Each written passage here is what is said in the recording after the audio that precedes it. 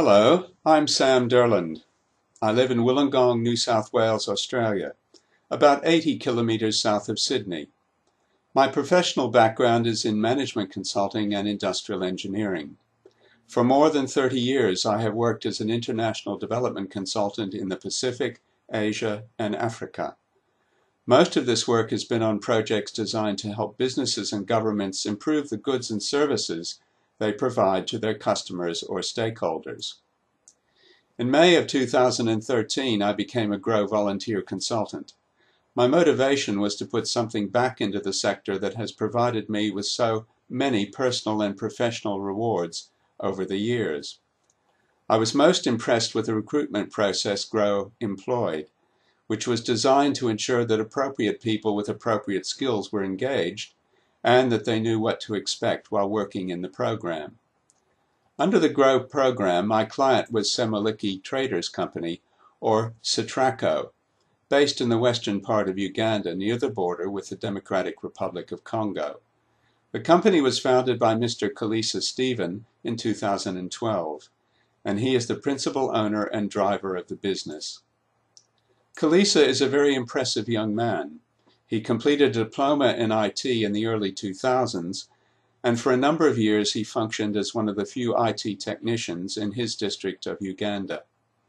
This enabled him to accumulate a modest amount of capital, which in turn provided the seed funding for his current business. In 2007, Kalisa began purchasing tracts of prime agricultural land in the Rift Valley, near his hometown of Bujabugyo. My apologies for the pronunciation. At that time, he realized that much of the agricultural produce consumed in his district was actually imported from other parts of Uganda. This seemed an anomaly to him, given that there was so much good agricultural land available for cultivation in the immediate area. Hence, he set about acquiring land and establishing an agribusiness that could not only earn him an income, but also act as a demonstration to the local people of the available business opportunities. From May to September of 2013, I worked with Kalisa to develop strategic and business plans for Sitraco. During this time, we had weekly Skype calls and exchanged email messages in between calls. In developing the plans, we undertook a SWOT analysis and formulated the vision and mission for his business, its basis for growth and sustainable competitive advantage. These were then translated into key objectives and supporting strategies for the functional areas of marketing, operations, innovation, human resources, and finance. Finally, the strategies were further refined into the necessary actions and associated timeframes. Although the end of September was officially the end of my engagement with Sitraco, I have continued to work with Kalisa on an informal basis. In November of 2013, while visiting Africa on other business, I took the opportunity to travel to Uganda to actually meet up with him face to face.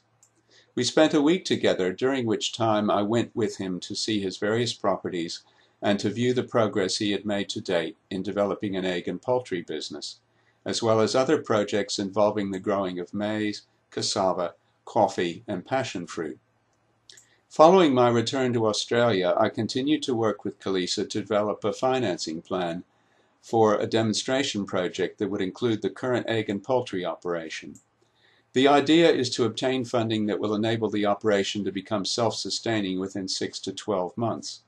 This would demonstrate the viability of small-scale commercial egg and poultry production in the district, as well as free up time and capital to further develop the other areas of Sitraco's business. I am currently investigating potential sources of funds for the demonstration project, which we estimate to be in the order of $15,000.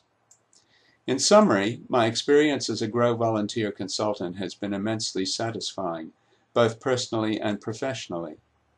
Although the site visit was not a requirement of my GROW contract, this was a special highlight of the work.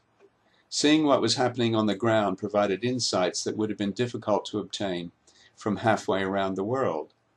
Having seen Kalisa in action, I must pay special tribute to him, as he has obviously put a huge effort into the business working tirelessly to get it up and running and contributing enormous amounts of sweat equity literally in the fields.